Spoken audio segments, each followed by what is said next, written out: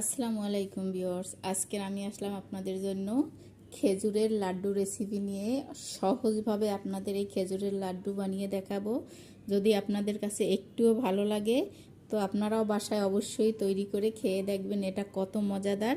যদি ভালো লাগে আমাকে কমেন্টে জানাবেন। আর এখনও আমার চ্যানেলটি যারা সাবস্ক্রাইব করেন নাই তাদের কাছে অনুরোধ রইল আমার চ্যানেলটি সাবস্ক্রাইব করে দিবেন, লাইক কমেন্ট শেয়ার করে দিবেন। ফেসবুক পেজ থেকে যারা দেখছেন তারা লাইক কমেন্ট শেয়ার করে আমার পেজটি ফলো করে দিবেন। এখানে আমি কিছুটা চাল নিয়ে নিয়েছি, ধুয়ে পরিষ্কার করে তারপর সামান্য লবণ মেখে রেখে দিয়েছিলাম। এখন একেবারে চালটা ঝরঝরে হয়ে গেছে। আমি এই চালটা শুকনো খোলায় দিয়ে একটু ভেজে নিচ্ছি। এখানে আমি চালগুলো ভেজে নিয়েছি।